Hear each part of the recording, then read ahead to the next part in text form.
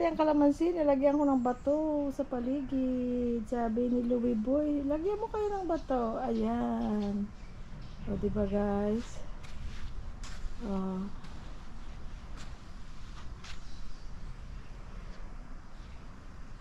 Ilagyan ko muna siya ng yung mga construction debris. Ayan, mga bato-bato.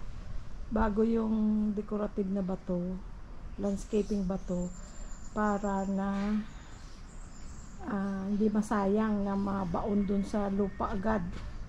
So pinalibutan ko muna siya ng yung bato dun na basura na bato, mga debris. Ayan, tapos nilagyan ko siya ng mga bato kasi may sobra pa tayong bato. O diba? Magtatanim na tayo guys ng seeds natin. Tingnan nyo guys, ang dami ng seeds ng okra yung dati kong tinanim doon sa may pader, katabi ng mga papaya. Kasi nung sinabi ni Louie Boy na magtatambak na, sabi niya, nako, ang mga mga tanim mo dyan, yung papaya, yung okra, ano na yan, hindi na mabubuhay dahil tatambakan. So sabi ko, alam mo, yung mga okra,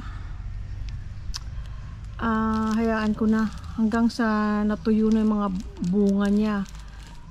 Tapos hinayaan ko lang hanggang sa nag-dry para makuha ko yung seeds.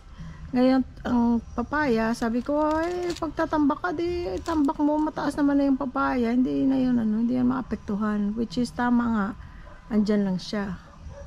Pero yung mga okra, hindi na pwede kasi matatabunan na talaga.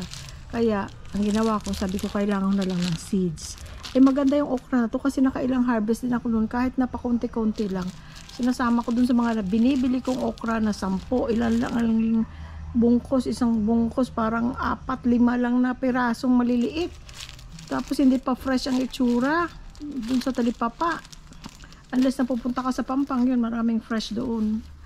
So, at saka na, namin, magandang klase na okra, okay siya, walang problema. Kaya sabi ko, tago ko yung mga seeds. Kaya itatanim natin guys dito sa mga plastic cups. Hindi na ako bumili ng seedling plastic bag.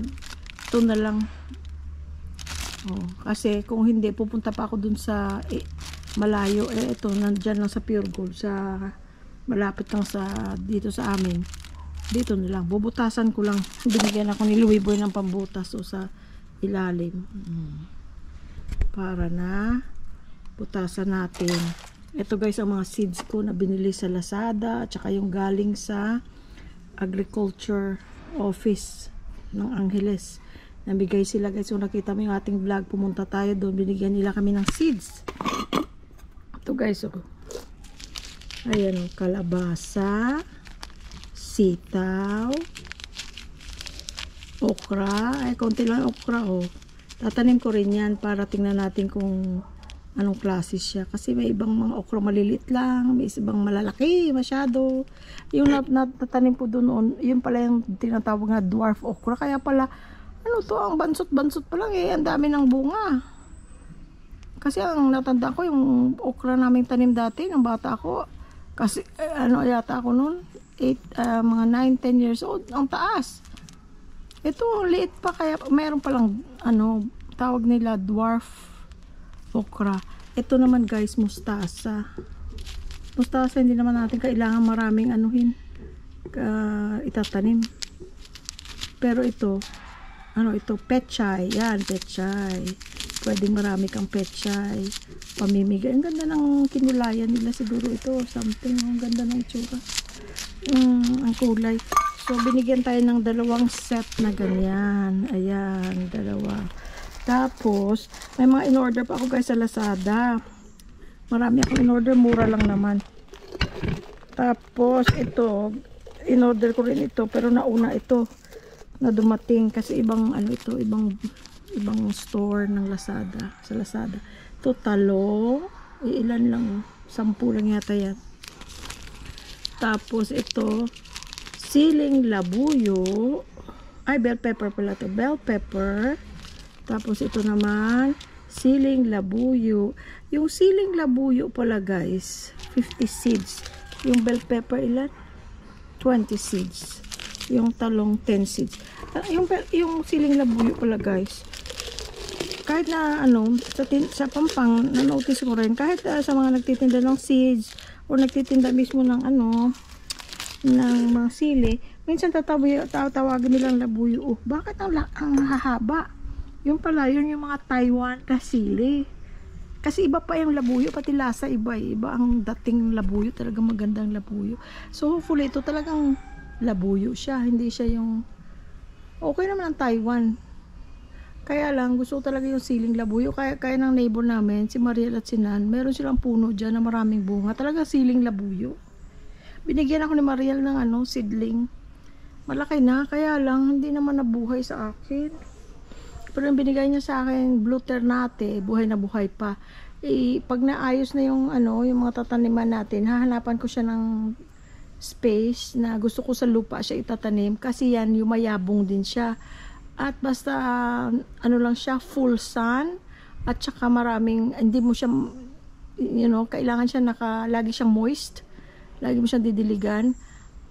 Pag natuyo siya ng konti, yung nalulupay-pay na itsura niya, diligan mo lang ay buhay na naman. Madali siya, hindi siya mahirap alagaan. May sun lang siya, enough na tubig, ay yumayabong at ang daming bulaklak. Tinry ko kasi tinurusan ni Maria, lagyan mo lang, sabi niya, yung dahon niya, fresh na dahon, hugasan mo, lagyan mo ng mainit na tubig, ay paglagay mo ng tubig kaya nagiging bluish, purplish ang kulay ng tubig. Lagyan mo ng lemon or calamansi, nagiging darker ang ang kulay niya. Pwedeng cold, pwedeng mainit, nasa iyo yan. Lagyan mo sugar, hindi, it's up to you. Parang refreshing. Kaya lang hindi naman ako makarami ng gawa dahil kasi nasa pot lang siya. Dapat babantayan mo kasi ang bulaklak niya madali lang malaglag. Kaya kailangan aabangan mo siya.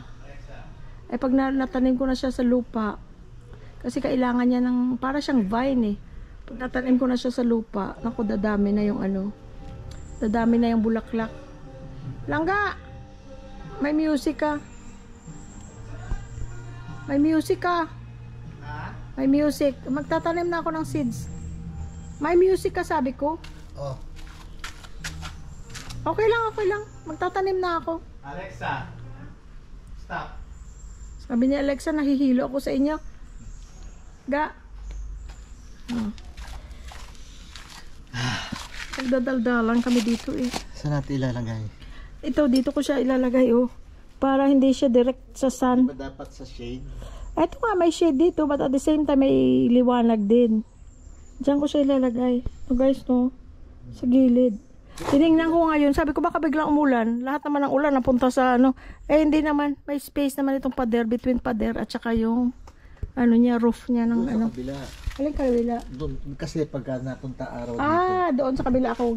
Sige. Tama. Ito kailangan ko to para hindi ako doon. Pwede may patong dyan, sa lamesa. Ayan guys, nilagay ko tagdadalawang seeds para total marami namang seeds. Para na kung mamatay ang isa or hindi tumubo, o di meron pang isa. 10 down, 1 million to go.